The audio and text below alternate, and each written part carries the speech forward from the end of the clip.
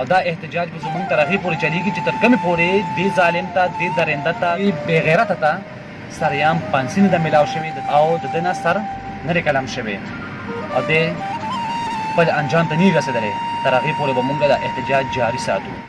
السلام علیکم ورحمت الله وبرکاتو. څنګه یې ملګرو؟ ټیک ټاک یې. امید لرم د خپل ربه چې ټیک ټاک روډ جوړ او د صحت په جامه به یې. ملګرو نن درسره یو اهمه خبره شریکوم په دې سکرین چې تاسو ته کوم تصویر ښکاري د یو ماشومې نن یو ځل بیا په نوښار کې دې ماشومې سره زیاتې وشو، ظلم وشو. دا شانتې که تاسو ګورئ ملګرو نو دا په دې لږ وخت کې د دنیا وړو سره د دنیا ماشومانو د دنیا ګلالو سره ظلم زیاتې کېږي او څوک هم د پوښتنې نشته، څوک هم د تپوس نشته.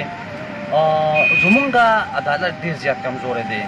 اخر زه وایم چې زمونږ حکمران غلی، زمونږ عدالت غلی. پولیس چې کوم دی پولیس ډپارټمنټ خپله کاروایي وکړي، ملزم اریسټ کړي، د هغې نه بعد عدالت ته پیش شي. عدالت چاله انصاف نه ورکوي. که عدالت چاله انصاف ورکولی نو نن به یو ماشومې سره هم دومره ظلم او دومره زیاتې نه کېدو. بهرحال د دې نه مخکې چې کوم دی نو په مردان کې زیاتې وشو، د فرشته ماشومې سره زیاتې وشو، د حسنور ماشومې سره زیاتې وشو. څوک هم د تپوس نشته، څوک هم د پوښتنې نشته. دا شانتې د دنیا ماشومانو سره ظلم زیاتې کېږي او څوک هم د تپوس نشته. لومړنی جنسي تشدد بیا بېدردۍ سره قتل کېږي. زه هم یو ځناور به هم دا شانتې ونه کړي. مونږ خو بیا لا مسلمانان یو، زمونږ په زړه کې خیر کلمه پرته ده. زه هم دا شانتې ظلم به مسلمان څه کوي چې یو غیر مذهبه به ونه کړي. خیر زه حیران یم یار، زمونږ به را سترګې نه پټېږي. مونږ به اخر خپل الله ته څه جواب ورکوو؟ مونږ به اخر په کومو سترګو باندې ځو الله له؟ بهرحال که دا شانتې کیسونه کېږي مونږ غلي یو، مونږ تپوس نه کوو، مونږ پوښتنه نه کوو، زمونږ عدالت انصاف نه ورکوي. دا شانتې به دا کیسونه دغه شانتې به چلیږي. بیا زه ټولو پلارانو ټولو میندو ته وایم چې بیا په سرو سترګو باندې به بیا نه جاړئ، ځکه چې دا کوم څوک هم چې زما غږ اوري، زما اواز اوري، زه هغه ټولو پښتنو ته وایم چې سبا دا شانتې ستاسو کاکو سره هم کېږي، ستاسو لوریانو سره هم کېږي، وړو وړو ماشومانو سره هم کېږي. بیا به تاسو په دې خپل زړه کې څه سوچ کوئ چې اخر موږ سره څوک ونه درېدل.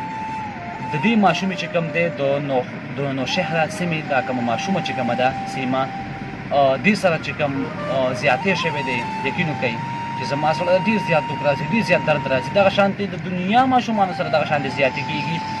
بهرحال څوک هم د پوښتنې نشته، څوک هم د تپوس نشته چې یو کس صرف یو ملزم سرعام پانسي کړي، سرعام یې قتل کړي، سمسار یې کړي، سر ته نه قلم کړي، بیا به څوک هم دا شانتې زیاتې نه کوي، بیا به څوک هم دا شانتې ظلم نه کوي.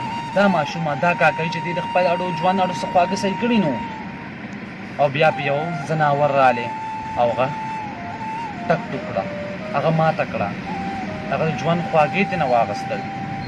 و ظالمه ته به خدای له څه جواب ورکوې چې بیا چې په دې باندې جنسي تشدد دې سره کله کېدو، په هغه وخت کې به دې ماشومې څه سوچ کړی چې په دې ځمکه باندې دا شانتې ظالمان هم شته، دا شانتې ځناوران هم شته چې وړې وړې کاکۍ هم خوري. بیا چې کله د جنسي تشدد نه بعد بیا دا کله هغوی په بېدردۍ سره سر یې ولی چپو، بیا کله دا مړېده، دې نه یې ساه اخیستو، په هغه وخت کې به د دې په زړه باندې څه تېر شوي. راځئ ملګرو چې نن ودرېږو، دې ته لږ غونته کې انصاف ورکړو.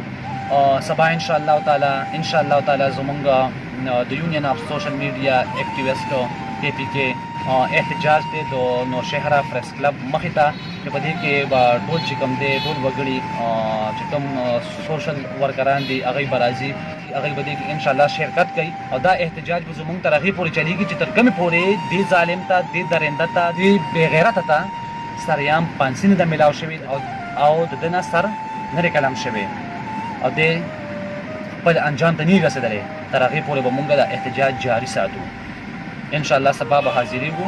احتجاج بیا تاسو په خپلو سترګو باندې وګورئ. والسلام.